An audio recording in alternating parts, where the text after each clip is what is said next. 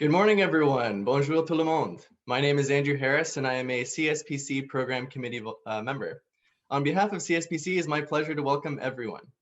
We are about to participate in a very exciting conference session with the code 557, titled The Early Impacts of COVID-19 on the Next Generation of Scientists, organized by Toronto Science Policy Network.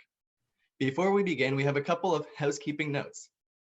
Please turn off your videos and microphones. Please also note that this session will be recorded. Please don't forget to tweet about your favorite events and panels at the conference using @SciencePolicy and #CSPC 2020. In the chat, I will be adding the links for a short survey that should only take a minute or two to fill out. You can fill this survey out at any point during the session. I encourage you all to please fill this survey out to help make CSPC better in the future, especially as we're navigating this new online medium. Without further ado, I will now pass things over to Monsieur Paul Dufour, who is the moderator of this session. Thank you very much. Merci Andrew. Bonjour tout le monde et j'espère que tout va bien. I hope everybody is doing well this morning. It's early for some of us. For some of us, it might be a bit later.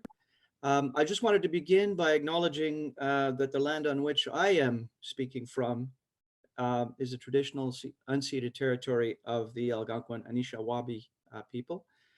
And I just also wanted to use this opportunity to remind everyone that we're hopeful that you can all participate in what will be a very exciting panel with some incredibly exciting speakers. I wanted to also thank Savani from the Toronto Science Policy Network for pulling me into this and to organizing this event. I think we're going to be discussing an issue that is fairly topical, to say the least, these days. And each of the presenters will be providing you with a survey outline, if you will, snapshot of some work that they've been doing to cover off issues associated with the next generation of scientists, la relève. The CSPC, for its history, has had a great tradition in including youth, young scientists, the next generation, la relève, in many of its panels. And I'm really excited that we're continuing this tradition this year, even if it's virtual. And I think the people who are listening in on this panel will hopefully learn a lot, but also, of course, contribute. I want you to also pay attention to the fact that the Science Policy Center is all about science and policy and the action that is required to move things forward, right? It's nice to have a discussion. At the end of the day, recommendations are important. Follow-up is going to be critical. And we count on all of you who are listening in and participating to move this agenda forward, which is a very important one.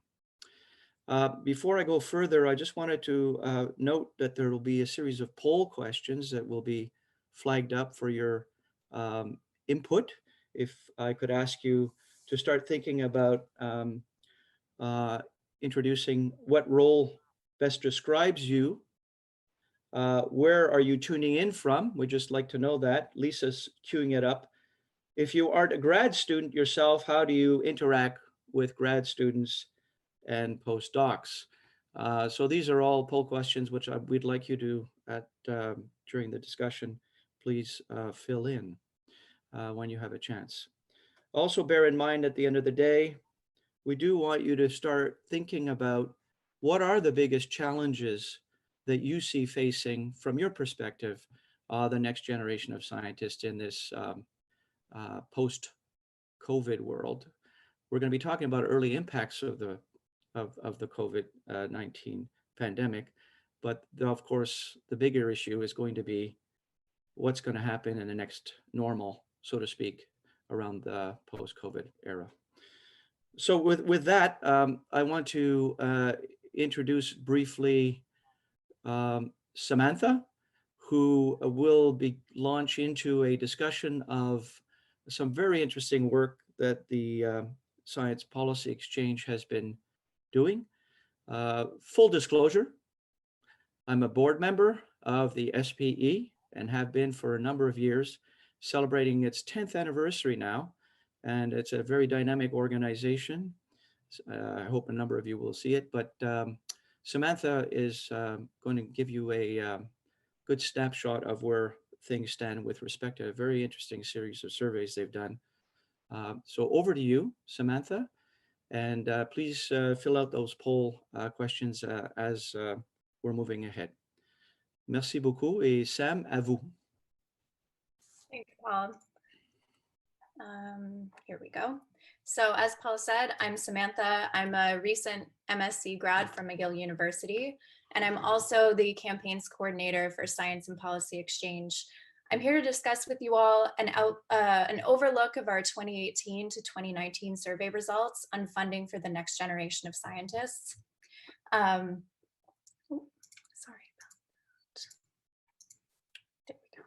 So it's critical to understand student and postdoctoral supports from kind of the before pre-pandemic times so that we can identify those cracks that have really been deepened by this global health crisis.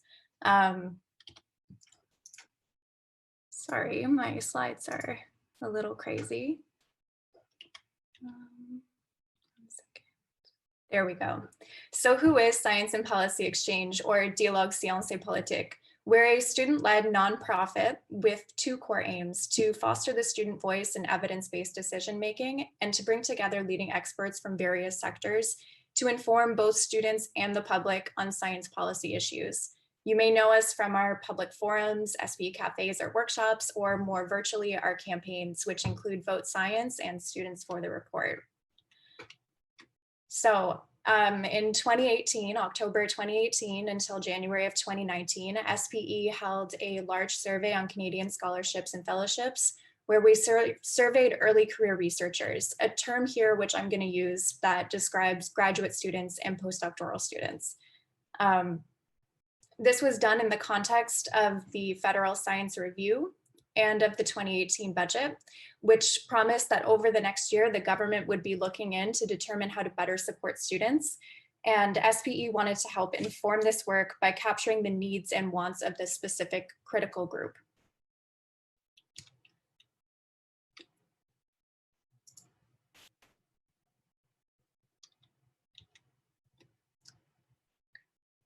So SPE was looking to capture data on these topics over 4 broad but not mutually exclusive axes.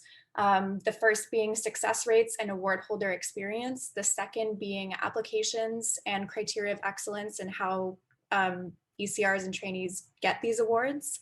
Then we did some sub-analyses and looked at how our international ECRs are experiencing specific challenges and how we can support them. And last but not least, we were looking at considerations for equity, diversity, and inclusion in scholarship.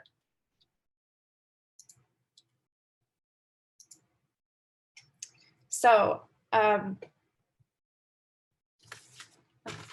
sorry, 1 second. The scope of our survey was pan-Canadian, and we covered over 1,100 students and fellows over Canada in either French or English. A breakdown of our cohort shows that the demographics were from bachelor's, master's, PhD, postdoc, all levels of early career research.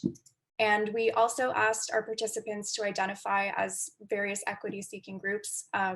About 1/5 of our participants identified as visible minorities. We also captured a group of people with disabilities and Indigenous.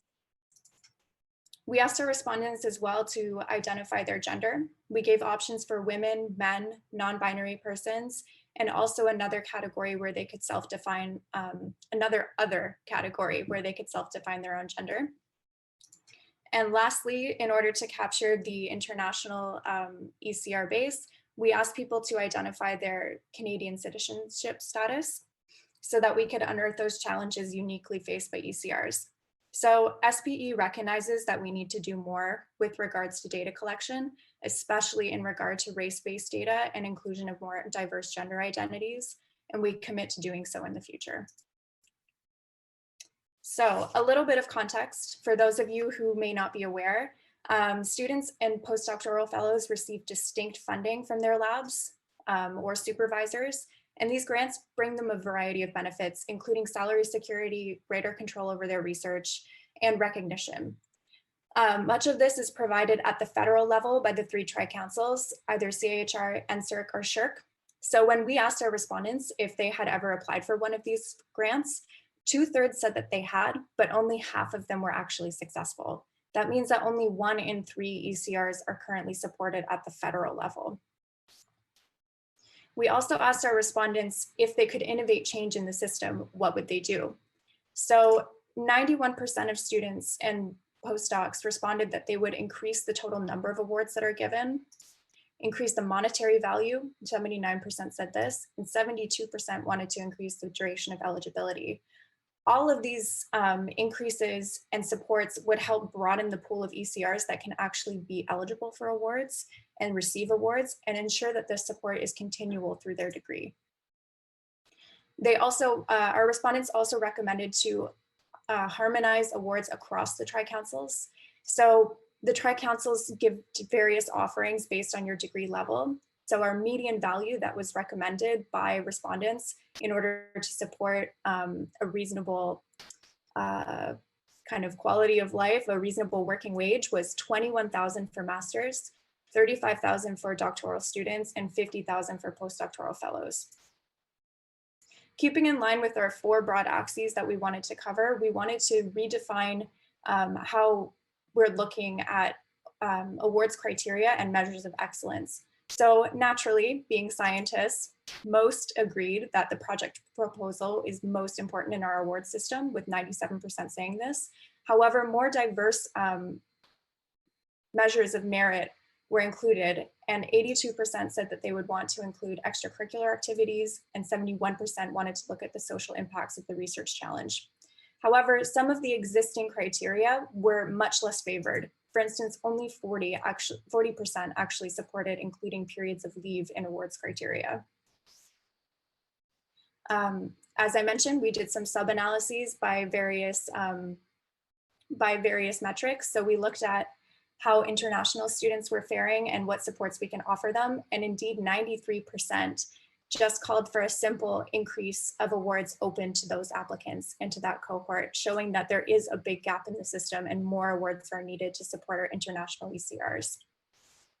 Likewise, we cross-analyzed by gender, and we found that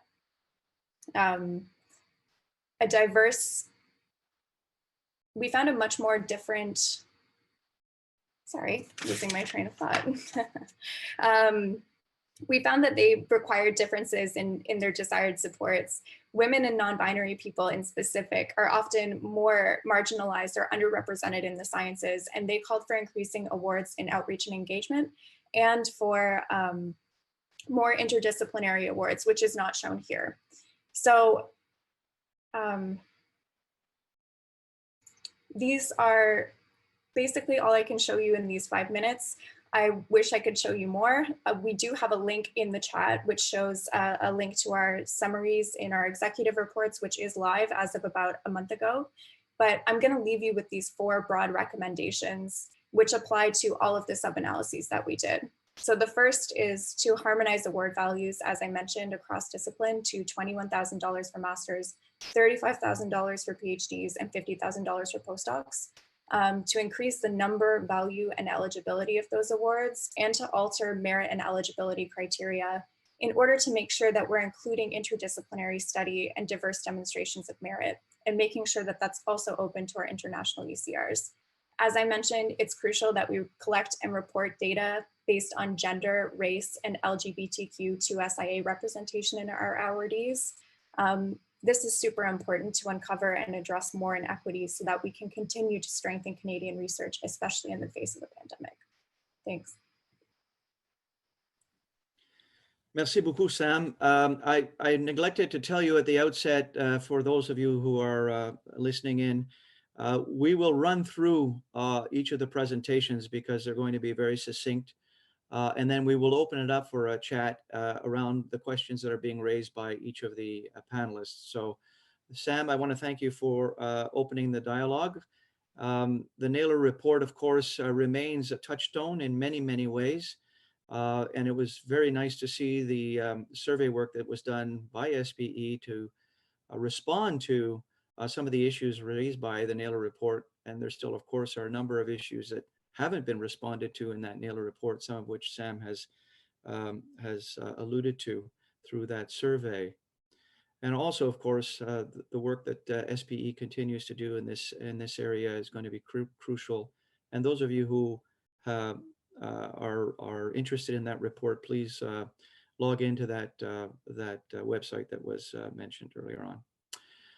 Bon, nous allons, notre deuxième conférencière, Noushin is going to give us an overview of the next generation of scientists from a postdoc scholars perspective. So over to you, Noushin. Merci beaucoup. Thank you so much, Farah. I do not have control over the slides. Sorry, one second. I'm going to just request.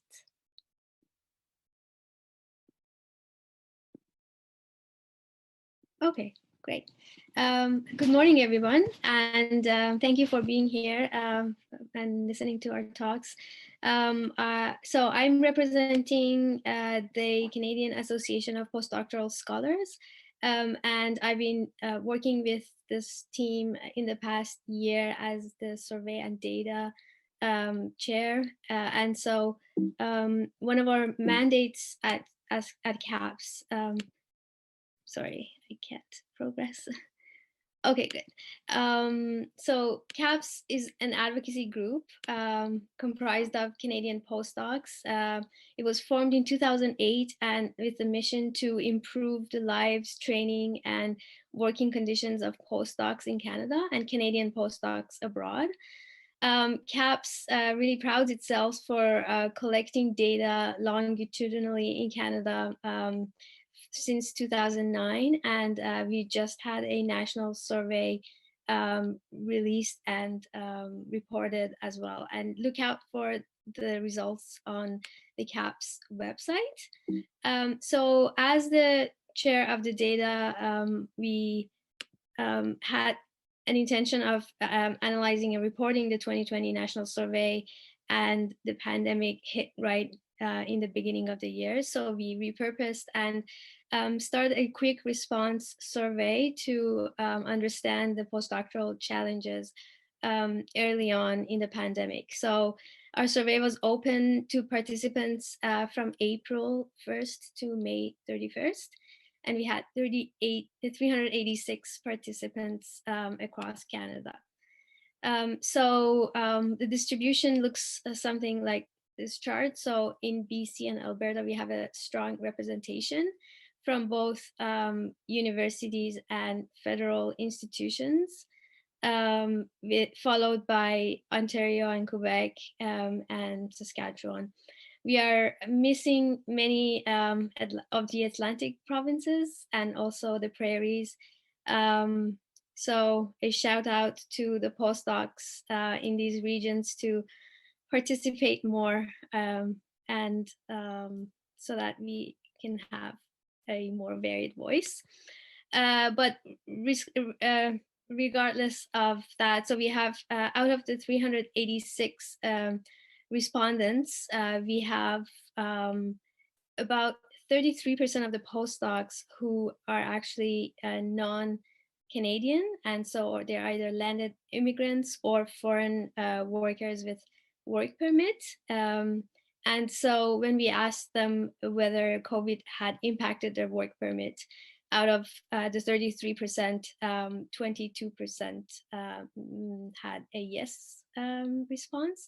And some of the reasons for the impact were holds on the PR application, work permit extension delays, contract extensions not clear, and many of the biometric or visa appointment cancellation.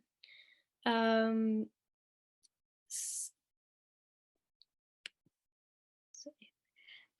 then we Our next question in the survey was whether their the financial situation of the postdocs was impacted. And postdocs are in a precarious situation.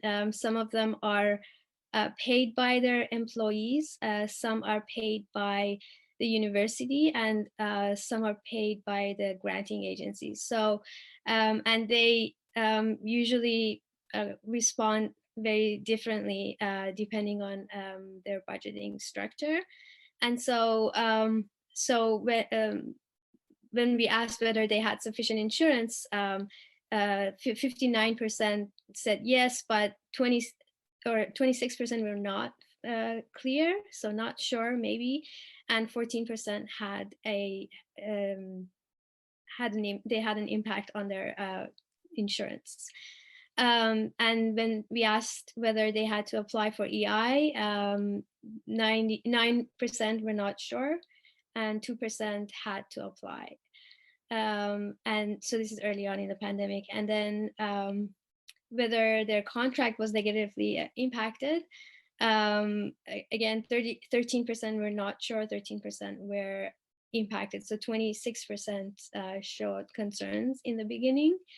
And one of the postdocs in the open-ended question says that their research had to pivot to COVID-19 related activities, and funding for COVID research was highly competitive and created distrust as some researchers try to build careers outside of the COVID-19 field.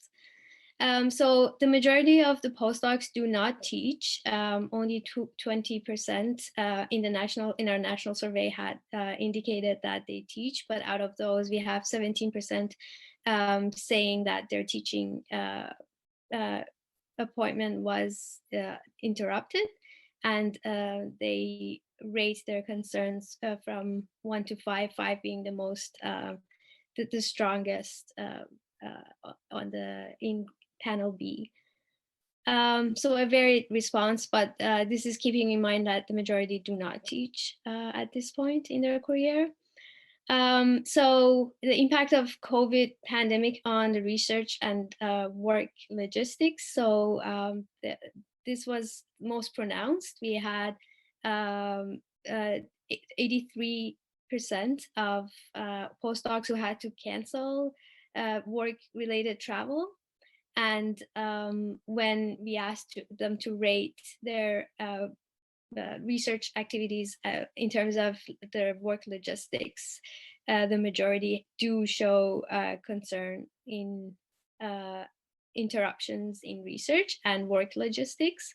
And so on the panel D, if we add them all together, the 40, 60, about 61% had interruptions.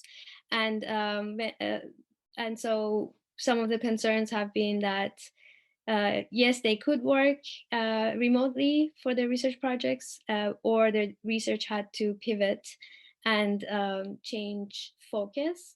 And initially they had 15% who reported that their work positions were designed for remote work. So then we rated the open answer questions in terms of their negative and positive experiences.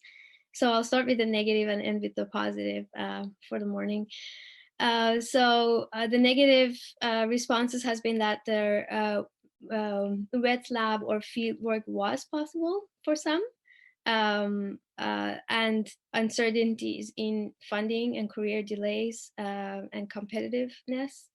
Childcare and support in caring for families had been negatively rated. And so, and mental health being affected, work environment not sufficient for remote work, disconnections from colleagues, job research being massively impacted, cancellation of career and personal development events, employers not able to adapt to online conditions. And some of the positive accounts have been the employees well organized and is supporting their transition to remote work. And a lot of them were expressing positive emotions about having more time to write, analyze, and read. And their organization having a big impact. If they had support, they had more positive experiences. So we put several recommendations. So please check out our website. We have a more thorough explanation of everything that we are proposing, but really, firstly, to stop the clock on postdoc fellowship. These populations are at an early and precarious career stage where they are trying to both excel at what they do, make a track record of their in their career, and so they can land a career opportunity, a good career opportunity. A lot of times they're looking for faculty positions, and so they need professional development and training opportunities, which haven't been available virtually for most. So stop the clock for postdocs. We asked them to, the Tri-Council especially, to provide extensions in fellowships for postdocs to buffer the impacts of the COVID, and create new opportunities for senior postdocs, especially as a lot of the funding are for 1 to 3 year duration for the postdoc. And yeah, postdocs have very many different statuses, so really harmonizing, as Samantha mentioned, their status so that they at least can apply for benefits like EI and CPP. So with that, I end, but then we have some resources on the CAPS website specifically for postdocs. So please check them out. And I'll pass that down to Farah, who will be continuing on the role of GSPN. Thank you very much, Noushin. Very good overview, and I draw everyone's attention to the recommendations at the end of the report, which are critical.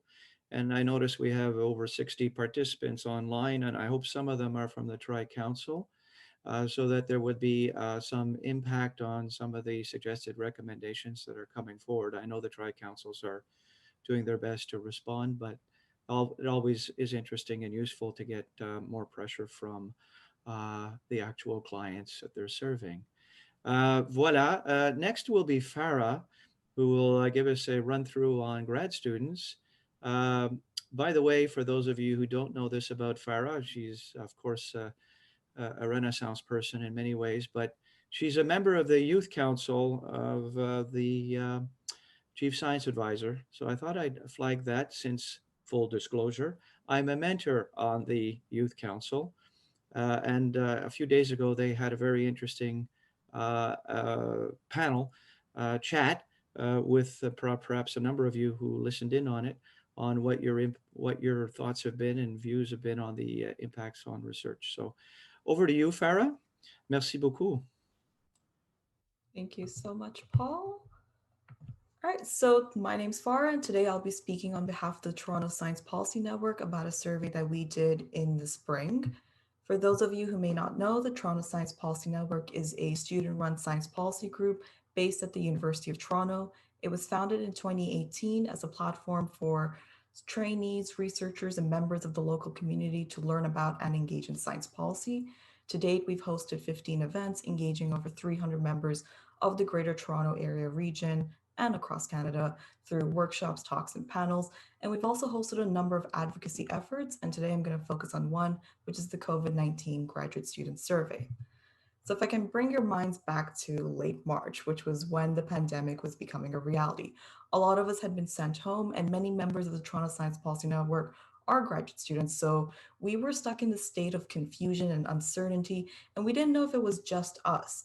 I was chatting to Sivani Bhaskaran, who was then at Toronto Science Policy Network's vice president, and we had this idea of, why don't we do a survey to kind of see what's happening? How is COVID-19 impacting graduate students? There were a number of surveys for post-secondary students, but none that were specific to the realities of the graduate student.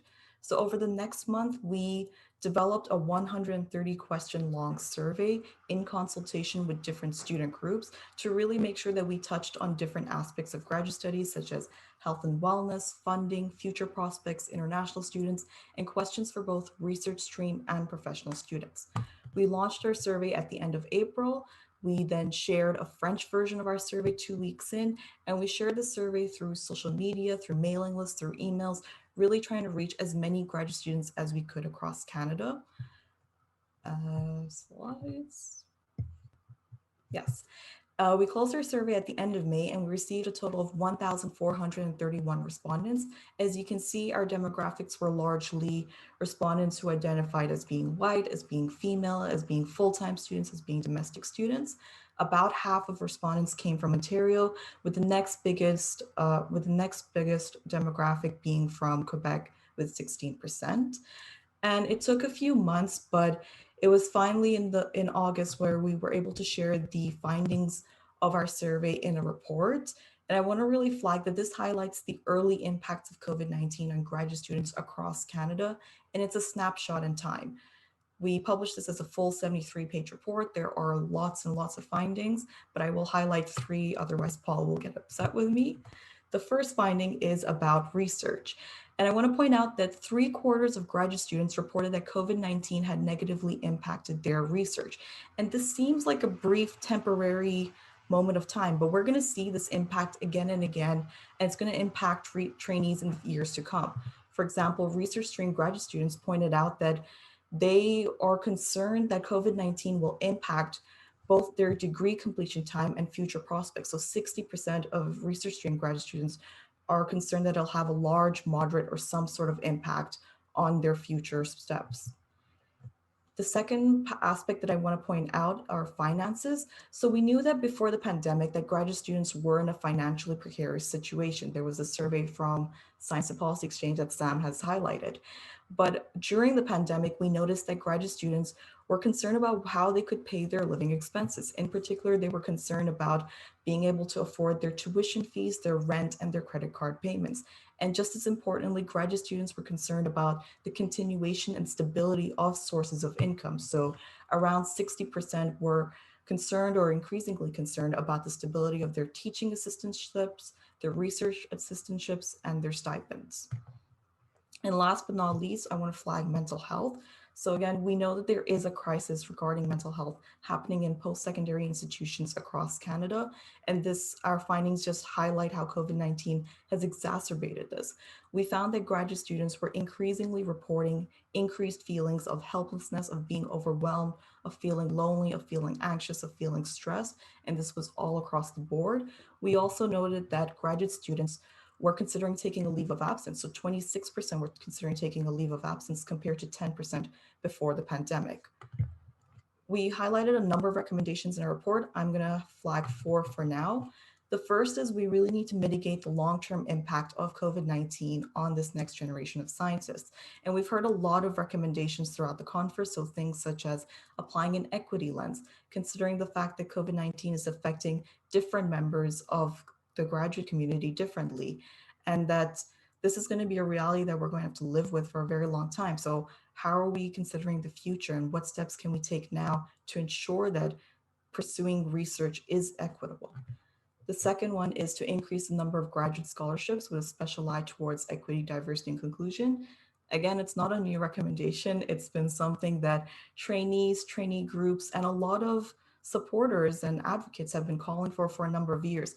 But now, especially with the pandemic, it's critical that we continue to support the next generation of researchers, especially giving them the financial security to be able to continue to pursue science, instead of letting those who have more privilege and more financial security to remain only.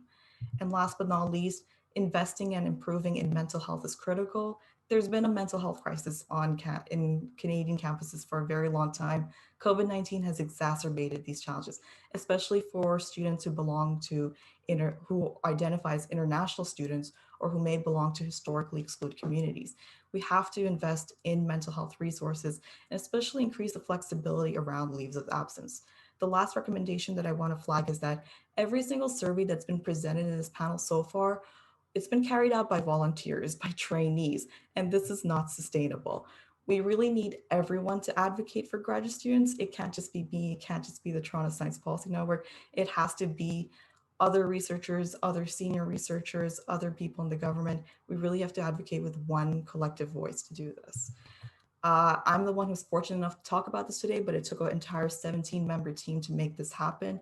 These are all graduate students and postdoctoral fellows who have been living, working, volunteering through this pandemic, and it took an insane amount of time and effort to do this, and it really was a labor of love.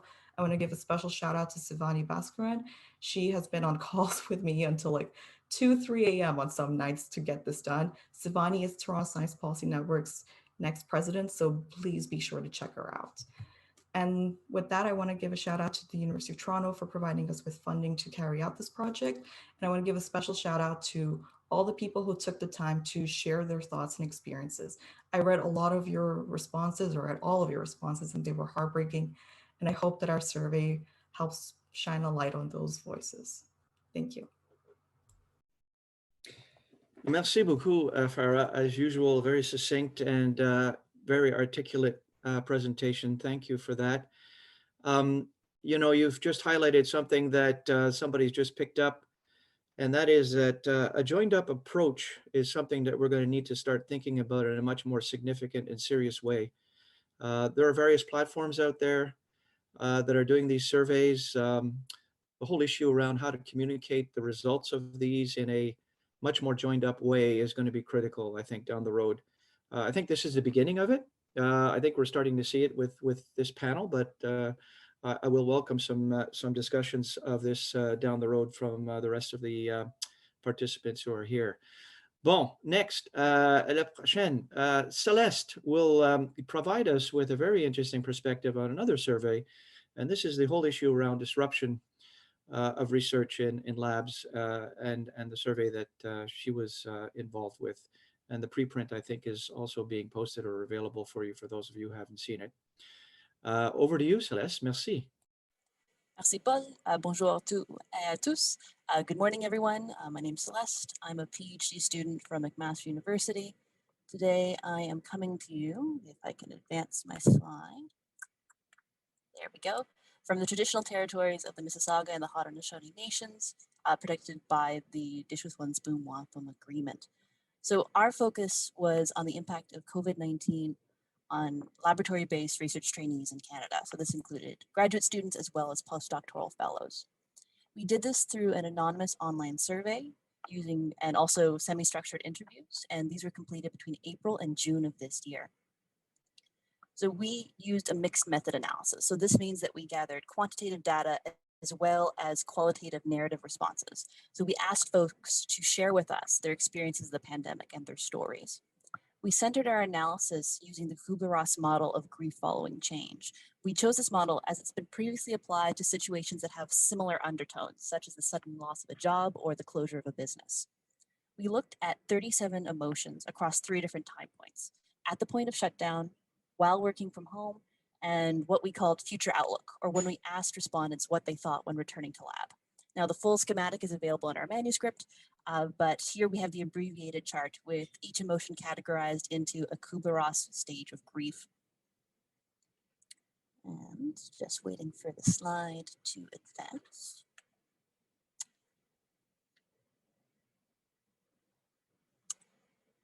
There we go. So here's a quick overview of the model for folks who aren't as familiar with it. It's a non-linear system, meaning that you can be in multiple stages at once, or you can even bounce between stages following certain events. So denial is that gut reaction of this can't be happening. That happens when your brain does when something unexpected happens and you're trying to cope with this sudden change. Anger is once folks have accepted that a change is in fact happening, but now you're angry at who or what caused the unexpected change. Bargaining can be a bit tricky to explain. It's when folks make these little deals, either with themselves or sometimes with a higher power if they're religious, to try to avoid a change. For example, okay, this change is going to be bad for everybody else, but I made this sacrifice or I did this activity, so it's not going to be as bad for me. Depression is that realization that the change is unavoidable. It doesn't have a quick or easy fix. Acceptance is also sometimes misunderstood. It's not everything is okay now. but rather finding a new equilibrium in harmony with the change. This has happened. I'm getting through it. I'm going to find a new normal. So there were a ton of interesting trends within this data set. But the big one was that most folks reported higher frequencies of bargaining and depression stage associated emotions across all 3 time points that we looked at. With bargaining, we can see reports of these emotions decrease following the transition to working from home, but increase again when we asked folks about, well, when they started contemplating returning to the lab. Depression associated emotions sort of followed the opposite trend, with highest levels of reporting while working from home and lower levels of reporting in the other 2 stages during the shutdown period and in the future outlook period. In addition to emotions, we also asked respondents what they were worried about. How did they think COVID-19 was going to impact them? We did this with both quantitative options like this graph where we used Likert scale questions, as well as open text responses where we asked them to just tell us what they were worried about with regards to COVID-19. So the biggest category of worries overall that folks had was related to their next position in academia. So this could be their competitiveness as an applicant for their next degree or their next postdoc position, delayed research, not having access to funding. And if the economy tanks, are there even going to be positions available or will they be cut? It was around this general sense of, do I have a future in research? But don't take my word for it. Here are a few quotes directly from respondents. And honestly, this was the richest source of data that we had throughout this entire survey. So one respondent said, the availability of funds next year and the coming years, that may actually be an issue. Considering the deficit that we are definitely running ourselves into, I think that it really opens up a bigger question about whether or not we decide to put money back into science. We have another respondent who shared, before COVID-19, I was gaining momentum in my project. I was deciding between transferring from an MSc to a PhD, but after COVID, I lost this motivation entirely. I have now decided to finish with an MSc and hopefully find a job afterwards. And put very succinctly by one respondent, I'm convinced about leaving academia. Now, this may seem like an unfixable situation, but like how my fellow panelists previously shared, there are actionable items and things we can do to help support laboratory-based trainees and graduate students and postdoctoral fellows in general in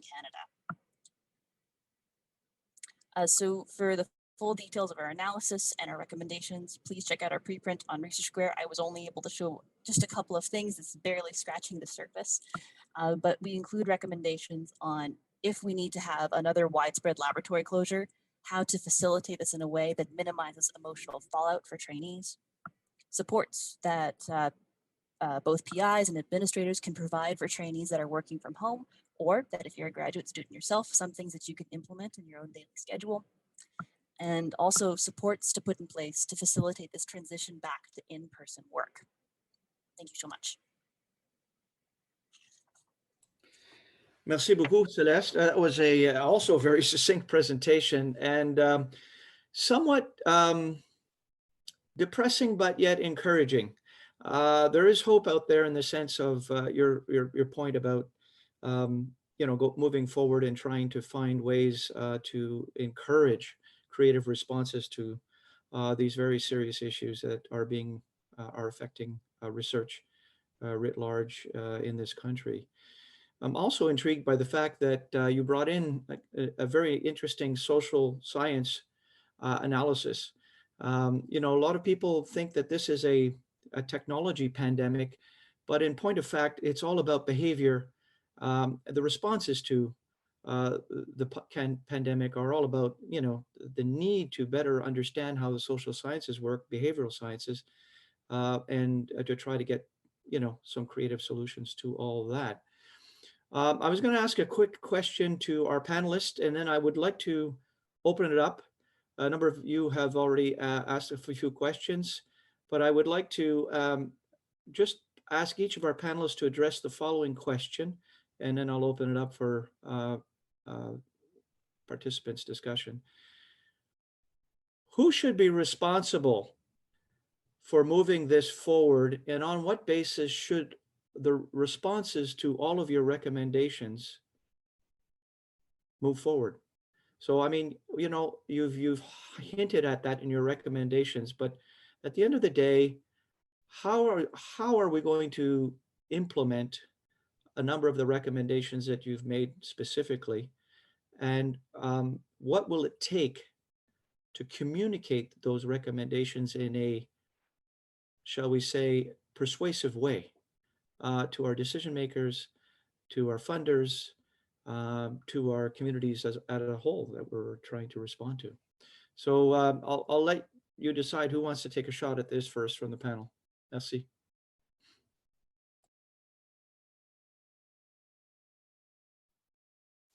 Hi, I can take a stab at it. Thank you, Paul. That's a great question. And I think, yes, the onus is really on all of us wherever we are in our career stage to engage with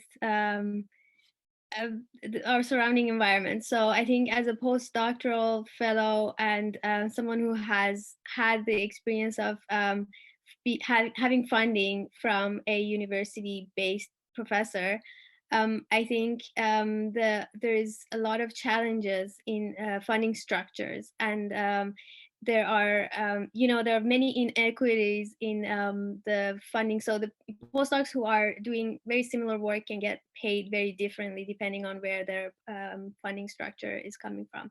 So I think institutional support and also investigator support is really key, as well as the Tri-Council. So the Tri-Council funds about, I think, 40-50%, or yeah, I'm blanking out now, of research of postdocs in Canada, and even that funding is pretty unstable. I mean, there's not a uniform way of having it's very competitive, first of all, and so of course it's built into provide encourage excellence among the candidates, but there are many who can't get funding in this situation, and the fissures are really widening. The pandemic has really emphasized how the inequalities are being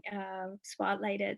So I think a recovery plan that's trainee based will be really key, and so there's all these different stakeholders who need to get engaged to have their voices heard. So, and so really advocacy as a organization, we are trying to represent the voice of the postdoctoral community, and so the more we hear in our surveys, which I will actually right now shout out that there's another back to work survey.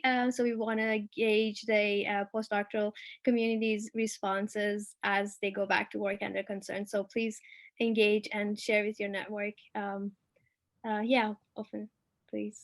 So I'm gonna echo Noushin here. It's everyone's role. It can't be any one person, one group who's pushing for these changes. And I want to highlight that different folks have different responsibilities. For example, us as survey organizers and publishing, we can't just publish and then walk away. There's work involved in sharing this with different decision makers. For example, the Toronto Science Policy Network, we pushed for media coverage. We ended up getting this covered in Nature Careers and in City News. We reached out to deans and associate deans across the country to have conversations and really highlight, hey, we've done this. Does this echo what you're seeing at your institution? What are you doing? How can you implement some of our recommendations? But the thing is, there's only so much we can do. We also need the academic community to be open to listen to us and to engage. That's one of the reasons we organize this panel, to really bring together all the voices in this conversation and just say, like, we're here, the data is here, we have tried to engage again and again. Please listen to us. Please help us help the next generation of scientists thrive. I can build off that a little bit. I don't think any of the issues identified by any of these surveys were new. They were here pre-COVID. Like we can see from Science Policy Exchange surveys, the pandemic exacerbated cracks in the foundation that were already there. There are institutional problems. We're going to need institutional change. But I know also that can seem very big and scary. And well, I'm only one person. What I do doesn't really make a difference. But that's not the case entirely. There's small changes that you can make in your own lab, and one person can start the beginning of something wonderful. But to have long lasting change over time, we're going to have to change the culture. We're going to have to change the supports that are in place. But that does begin with these grassroots small movements. And as Celeste said, you can make small efforts and definitely make change. Even if you are a grad student or postdoctoral fellow yourself, fill out those surveys, volunteer. These are, 5-minute commitments that can really make a difference, especially when we're collecting data with more regards to equity. We can expose some of those cracks, which maybe have not been as visible when we're just looking at things generally. Also, data collection via the institutions and supporting these efforts, maybe having a funding put aside for these efforts would be an excellent way to make sure that they keep going forward. And then we do have some really great champions of our surveys promoting stakeholders out there. So that's great, but we need to make sure that the institutions are highlighting the data that they have, and they're able to do so transparently. One issue that was kind of brought up in most of our surveys is that we're all not-for-profits. All of these data are collected based on a volunteer basis. So we send out an email, into the nether hoping to get responses. But with different supports and with different stakeholders participating, our reach can grow. We can get more data, and we can also put more data out there. Like Farah said, by doing media connections, writing blog pieces, even things like this, which might be hitting different audiences. We can't just have one type of action throwing our survey out there. We have to hit as many audiences as we can to make sure that our messages are getting there. Merci beaucoup to all of our panelists for responding to that opening comment or question. There's a question around, en passant, vous pouvez poser vos questions en français si vous voulez. I'll do some translation if you like, or carry on in English. But I noticed there's an interesting question here about the global issue. I mean, this is a global issue affecting all of academic post-secondary research institutions around the world. And I guess the question is around whether or not, how do we take account of good practice, lessons learned that are taking place elsewhere, and are we paying attention to that? The pandemic has certainly opened this up as a very global connection issue. We're tracking what's going on with the pandemic responses, but what's going on in these institutions are in other countries that could provide us with some guidance or ideas around which we can try to respond to the issues that were raised in the various surveys. I'll go first. Farah, go ahead. So there have been a number of surveys from across the whole world kind of capturing the different impacts of COVID-19 on graduate students, on early career researchers, on just women in academia. So there's a lot of stuff out there. The one I specifically want to highlight is a survey that came out of Australia. It was launched in early April. So in about a 3-day window, like 6 to 9 April, they collected 1,000 responses from the University of Sydney. This was kind of one of the first surveys to come out. It was published in Nature Careers. I'm sure you can find a link, and Johnson and all published as a preprint. So they found that around 45% of University of Sydney students were considering disengaging from their research, so leaving their studies entirely. And they reported financial hardships. Some were reporting precarity in terms of being able to afford rent, and 5% expected to be homeless within the next 6 months. And a lot of this really corresponds to data that you've heard today. Like, it's clear that before the pandemic, there were cracks in the foundation, as Celeste mentioned. And that Australian survey, they had a very clear line that said, this is a PhD crisis that's been waiting to happen. And now it's happening. So there's a lot of data out there. I haven't seen any particular country that seems to have done a very clear job in terms of supporting the next generation scientists. It's always kind of measures that are included in terms of supporting the academic community as a whole. But it's interesting to me that there's so much data out there and we're all facing the same crises. I agree that we definitely need to open these conversations up on an international level. So fun fact, the Toronto Science Policy Network will be sharing their survey findings as a poster at the AAAS conference. So we're really trying to kind of broaden these conversations.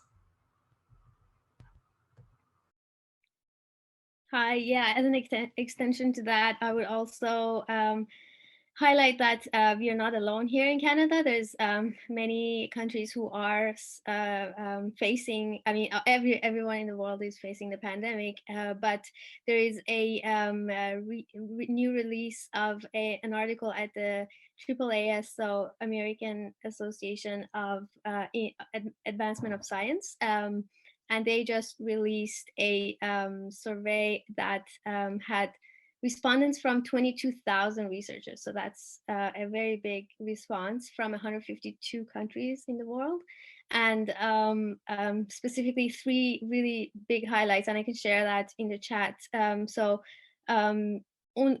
in 4 of the researchers, and these are early career and I guess mid to advanced researchers who had already their funding directed to other research areas.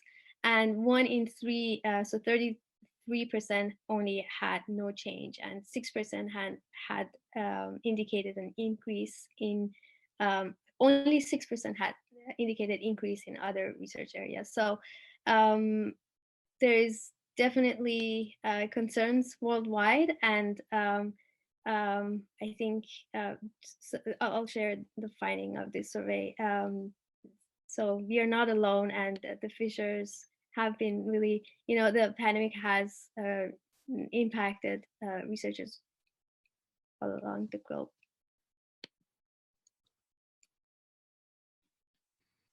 So that survey that Noushin just mentioned, it uncovered a couple of differences which are unexplained by that survey, but they have many different socioeconomic, political factors that might be influencing these data. But they saw that, for instance, a lot of researchers felt unsupported and unable to work from home, specifically in South America, while as a lot of Anglophone countries had a much bleaker outlook, more negativity about being able to return to work. So that would be, I believe, Canada, the US, and the UK had felt that way. And lastly, that China was recovering the fastest, being one of the first to experience the pandemic. Now they were able to get back to work. So it's clear that we have to find a way to uncover those axes which are causing these differences. Like I said, the survey didn't account for those socioeconomic, political, gender differences that might be causing these things. And that's something that we need to be looking into more globally so that we can make a concerted effort to actually draw conclusions and not just be looking at, results, but not knowing what the causes are. Yeah, this sounds like a project that the Tri-Councils should be funding to look at the global emerging picture on how this is being responded to within, the post-secondary institutions that are being affected and the next generation of researchers, around, the issues that you've all raised. So shout out to that. There's another question here, by the way, which was has been raised around a new avenue for universities to pursue is to support those that do not qualify for tri-agency funding to transition into a non-academic career paths by providing workshops or programs for different career paths, i.e., not always the academic pipeline, through government policy or NGOs or industry. So the question is around what could be done around, similar to the MyTax program, which is for governments, to bring in doctoral student, graduate students to learn from both sides. What can be done in terms of how the universities could employ this kind of programming? Any comments on that? Farah. So there The good news here is that there's a lot of this programming that exists already. It's being done by student groups like the Toronto Science Policy Network, like the Science and Policy Exchange, and other non-policy related groups like Student to Business Network, like, I'm not gonna remember them all right now, ComSciCon Canada. So there are a lot of these efforts, but they're all volunteer run, and they have to really make an effort to apply for funding from departments and student grants, and sometimes it doesn't work out. So really the fastest way to kind of move the needle on this is for universities to take a look at what's happening in their own ecosystem. What are the groups? What are the initiatives that are happening? And how can you kind of best allocate money to help support these initiatives and help them be more sustainable and expand to reach more students on a more federal agency level? So a lot of PhDs and master students, they're not going to stay in academia. They are going to pursue alternative academic careers, which are not really alternative. They are the reality. So being able to kind of invest money to help trainees build these skills in science communication and science policy and business is critical. We're seeing some of this already. For example, the NSERC Science Communication Skills Grant is now going to help foster science communication skills training in scientists all across the country. Disclaimer, I won one of them, so I'm very excited about that. But it can't just be a one-off pilot grant. It has to be from more federal agencies other than NSERC, and it also has to come from academic institutions themselves. So my main takeaway here is that these initiatives exist. We don't have to recreate them from scratch. We don't have to recreate the wheel. Instead, we have to kind of fund and support the existing initiatives so that they can continue to grow and train students for many different careers that exist and may exist in the years to come. I can, oh, sorry. Go ahead, Sam. Sorry. I can throw a little bit more on that. The survey from Science and Policy Exchange actually, so Paul, you asked for those who aren't eligible for Tri-Council awards. And I think that kind of shows that the Tri-Council awards are definitely favoring a certain type of applicant, which is what our survey was kind of pointing towards, is to diversify those awards application criteria and make sure that it's not just supporting the strictly academic applicant. The 10,000 PhD project out of U of T really showed that, you know, most of us ECRs were not actually going into academia. We might be working in industry and government. And also within the SPE survey, there was a call for diverse skills training to be included with awards that already exist. A good way to do that would be to kind of de-silo like I said, the expectations of being academic or being in a certain field, and adding, I think specifically we had called for policy training. Second language training is really important. If you are, you know, if you're international, or if you're a French or English speaker and you want to learn the converse that you can operate better in your environment. And also business and management training was a big one. So it doesn't necessarily only have to come from the Tri-Councils or only from the institutions, but more of a collaboration across different sectors would really help this to move forward. Yeah, I also would add, by the way, that I think we forget the role that the provincial governments can play in all of this as well. Of course, provincial governments have their own sources of funding. I mean, it's not at the same level, obviously, at the federal granting councils, but nonetheless, there are, you know, equivalent programs in various provinces that we tend to sort of not think about in terms of the recommendations. And so I would, you know, shout out that, you know, our provincial governments have a responsibility here in terms of also responding to this issue. It's not always just a Tri-Council issue. Just a quick comment there. We had another question, if I may, that says, what would your advice be to people who are applying to a master's PhD program now? Given what I think we heard from Celeste and a few others here, what is the advice you would give based on all these survey data that are showing, you know, the barriers, challenges, and disruptions that are taking place? I guess I can start with this one. My biggest piece of advice would be, if you're applying to a lab, before you're going through that process, try to connect with someone who's currently in that lab and ask how their administration, how their PI how they responded to the pandemic, because that will be very telling about the culture and the emotional support you're going to find in that place. You could be in a laboratory that's doing the most cutting edge, fantastic research, but if they're not supporting you as a human and also your professional development outside of purely bench science, going back to our previous question about trying to create those transferable skills, because not all of us are going to go into academia. Most of us are going into other industries that we need other skills for. If they're not going to be supporting you in those areas, you may need to consider what sort of environment you would like to give 2 to 4 years of your life to. So that would be my piece. Try to connect with someone, try to see what the environment is like before you put yourself in it. Yeah, I would like to have a more positive spin on that too, that, the pandemic has also shown that science is really necessary, and, to make informed decision and evidence-based decision, we need scientists to help synthesize that information. Like, data is not just data on its own. We need someone to actually synthesize it and show it to us. So, and that's the role of scientists, and scientists are needed now more than ever.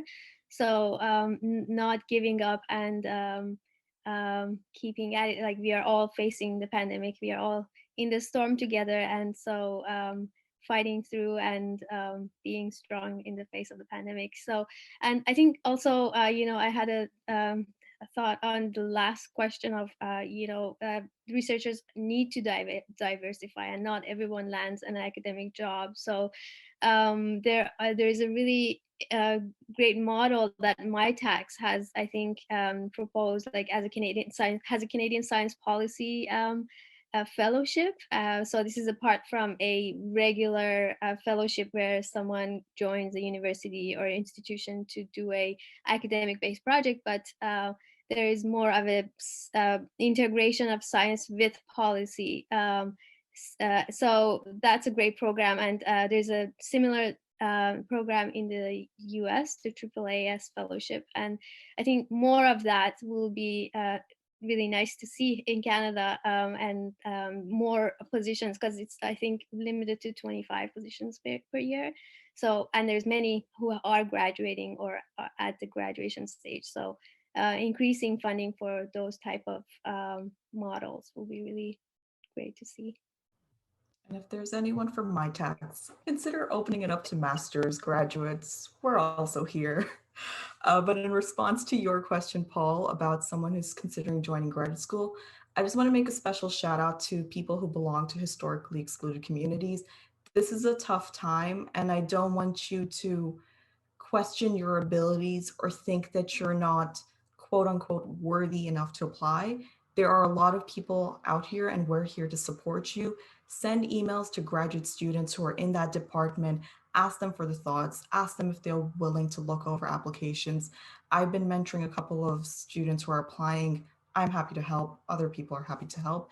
And there are some changes happening. As you might have noticed in the pandemic, we are talking a lot more about racial injustices.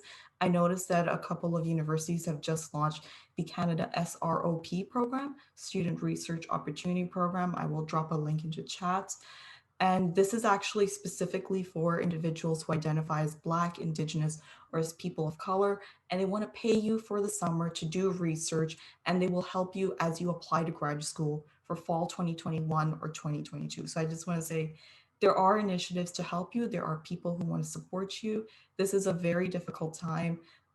Graduate school is like hard enough in the best of times, and with a pandemic, it's only going to get tougher. So I wish you all the best of luck. And please don't count yourself out. Throw in that application, shoot your shot.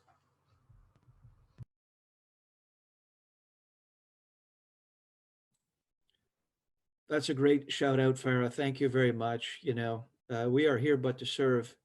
That's my motto. And, I think it's important to make yourself available, open up the channels to, disenfranchised, however else you may want to consider yourself.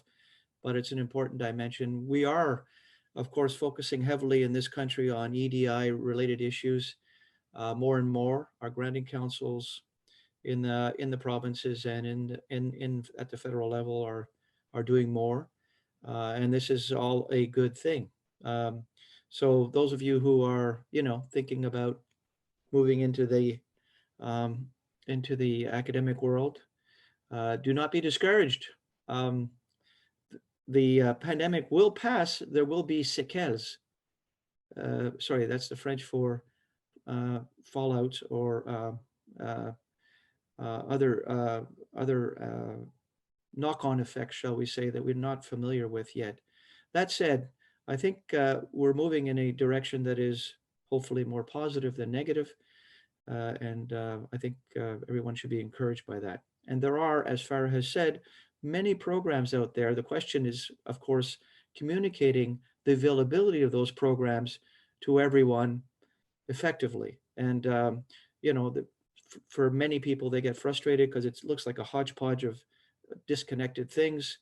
The question earlier about a joined up approach to get our act together on these various surveys, for example, would be a good thing, and that people could go into a single portal window to access the information around what's happening in these various organizations that are trying to make a difference, right? I think that's an important thing to put in mind. If I could add a comment here, Yep. It's interesting to see what's happening in the US. They have a national science policy network. So they have a whole network just full of science policy groups scattered. In Canada, we don't have as many science policy groups. We have the Toronto Science Policy Network, we have the Science and Policy Exchange, we have student groups with an advocacy arm or trainee-led groups like CAPS. We have Evidence for Democracy, but there's a new group starting in Ryerson, but that's kind of it. I can count all the groups on my hands. So if we're going to move together with one unified voice, we definitely have to become more of a network, and we definitely need more student science policy groups so that we have a base at each institution and we can get more responses from each institution too. Sorry, Paul, go ahead. No, I absolutely agree. And I would add to your list of the Youth Council of the Science Advisor, and also the Comité intersectoriel des étudiants the Chief Scientist in Quebec has, which has been also quite active in this area as well. So there are groups that are growing. Yes, it's a matter of linking them up in a more organic way that everybody can be aware of, particularly our CSPC broad network, which is a huge one, to try to communicate that more effectively. I have another question here from, there was an earlier question which I'm not sure was answered. It said, I'm curious as to why less than half of the survey participants support including periods of leave in scholarship applications. Do you have any information on the reasons for this? I think this was directed at Sam originally, but I'm not sure. The caffeine has kicked in. I can now better explain that question. So I can't really speculate on why people are saying this, because we didn't have any data or responses from our respondents that actually verbally said this. But I think what we had meant by that wasn't that we didn't want periods of leave to be considered and allowed by the councils. The question was actually asking, do we want the tri-councils to consider in their awards criteria negatively periods of leave? So that's more what our respondents didn't want happening. They didn't want, for instance, taking a year off for health, taking a year off for parental leave, taking a year off to take care of dependents. They didn't want that to negatively impact their application. I hope that kind of clarifies your question. I think it's, well explained or pretty self-explanatory as to why we wouldn't want those things to be considered, because that's just a part of life, and we shouldn't have to, answer for having something unexpected happen and now not get a grant just because, or maybe a pandemic happened that caused us to take some time off. So I hope that answers your question. Thank you, Sam. I hope that answered the question as well. By the way, for those of you who have not seen it, it's just coming up on Q&A. There's a virtual academic support writing group for everyone having difficult time with motivation, isolation, loneliness. It's posted on the link here for grad writing So there's, you know, it says that this pandemic has exacerbated academic challenges. We're helping each other as much as we can. So I think that's a great link. I wasn't aware of it. So thank you for having sent that. Are there other questions from our participants? Feel free, you have a captive audience here. Take advantage of the talent that's on this panel. Feel free to write up your questions en français, English, whatever you wish. Otherwise, I'm just going to wander into territory like I usually do and keep going. While we're waiting, yeah, go ahead. Sorry. Go ahead, Sam. Circle back to the question that was about advising students or postdoctoral fellows who are currently joining a new program. Something that we didn't say is you can join a group like ours, even if you're not centrally located in one of the few areas that has science policy groups. Join a group like ours, make your secondary interest part of your primary stuff. And if there's not a group like yours in your area, start one. It doesn't take much, finding a couple of other people who are interested. Science and Policy Exchange in particular is pretty much digitally centralized these days, so we're always interested in taking on new volunteers, new people. And yeah, along the same line, I think something that the pandemic has created is more virtual spaces. So you can join organizations online without being there present in that province or area. So I think that is a great opportunity that's opened up, and CAPS is actually going to pitch for that. There is a AGM, our AGM just passed, but there is positions that are opening up for next year. So you can sign up to become a vice chair in any of the areas and start contributing to the community in any way that you see possible.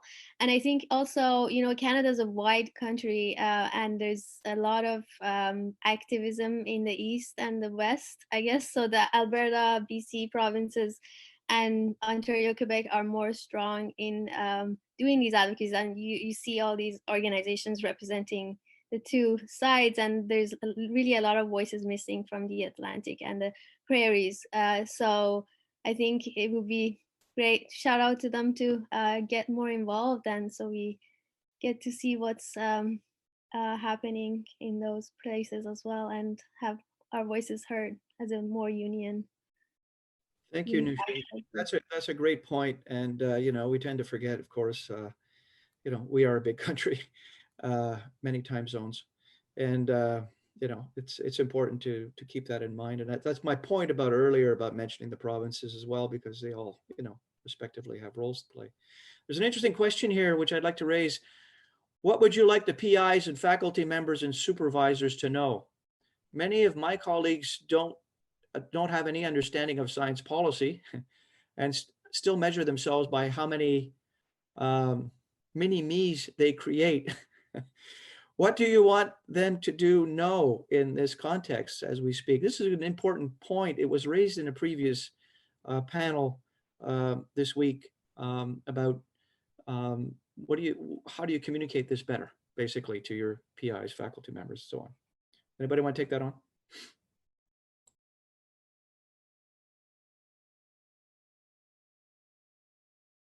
Okay, I'll do it. My main point is to kind of highlight that this is a panel about the early impacts of COVID-19, but these impacts are still being felt. So as Paul mentioned, I'm part of the Chief Science Advisors Youth Council. We hosted roundtables earlier this week to ask about what are undergraduate, graduate students, and postdoctoral fellows feeling about COVID-19's impacts on their research and education. And I heard a lot of the same concerns that I've heard today and seen in the TSPN survey, that people are still worried. There are still people wondering about, do I risk getting a COVID-19 infection, or do I collect more data because there might be a second shutdown, or will I still graduate in time? So these concerns have not gone away. They're still there, and there's still people worrying about financial security and precarity. So my advice to faculty members, supervisors, and PIs is that, are you having conversations with your trainees? Are you checking in on them?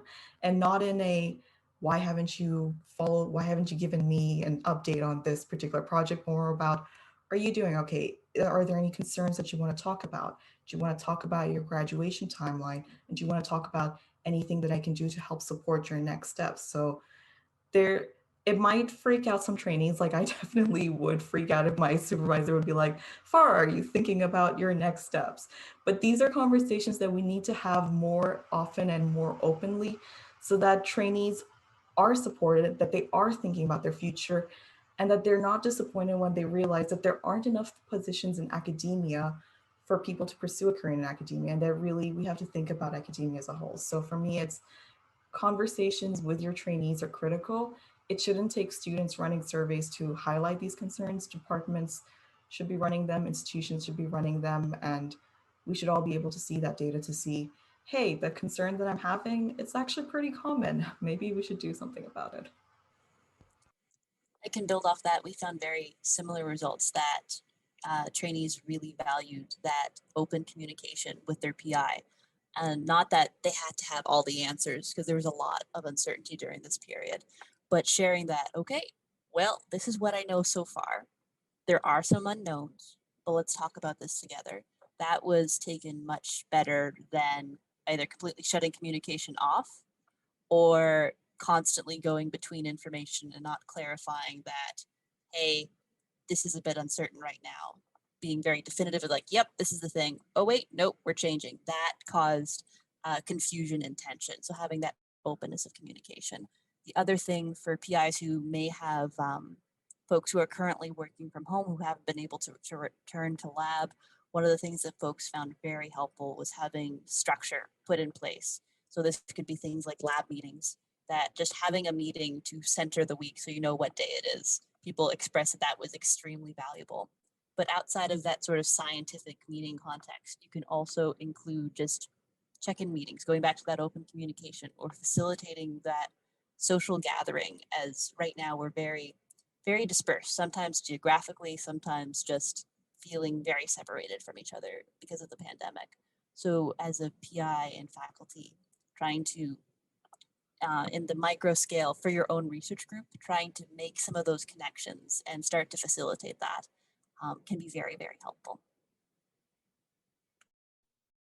Yeah, I think these are really great recommendations. And also, I guess on the postdoctoral situation, a lot of them are more, I mean, we're older. I think 50% or more have children. So, you know, having children at home and doing research at home, this is all very challenging. And so, you know, I think voicing your concerns with your employee and PIs and trying to build time for the family, and also, you know, maybe join meetings at a different time, or work with your schedule, I guess. So I guess like relaying all this to the employee will be really important, and having that flexibility built into the fellowship. So yeah, really talking about that experience and asking for it if you need, if there's need for, you know, accommodation of time for certain things. And on the mentor side, yeah, really, I think them having to be more understanding of the situation of everyone individually, and trying to, you know, accommodate the best. I think, you know, if I may add to that quickly, and building a little bit on what Farah said earlier, you know, we're opening up to, again, to international students more. And it'll be very interesting to see down the road, right? In other surveys, you know, how is that going to be impacting our international students who are either doing online learning, you know, remotely, or, you know, or physically within Canada. Because, you know, we make a big deal of the fact that we are a very open country, that we are trying to be accommodating around the world, and you know, we have a whole strategy around international students, to try to encourage international students, and of course the outflow as well. So I'm just wondering whether or not anybody's looking at that issue for the next phase, if you will, of your surveys.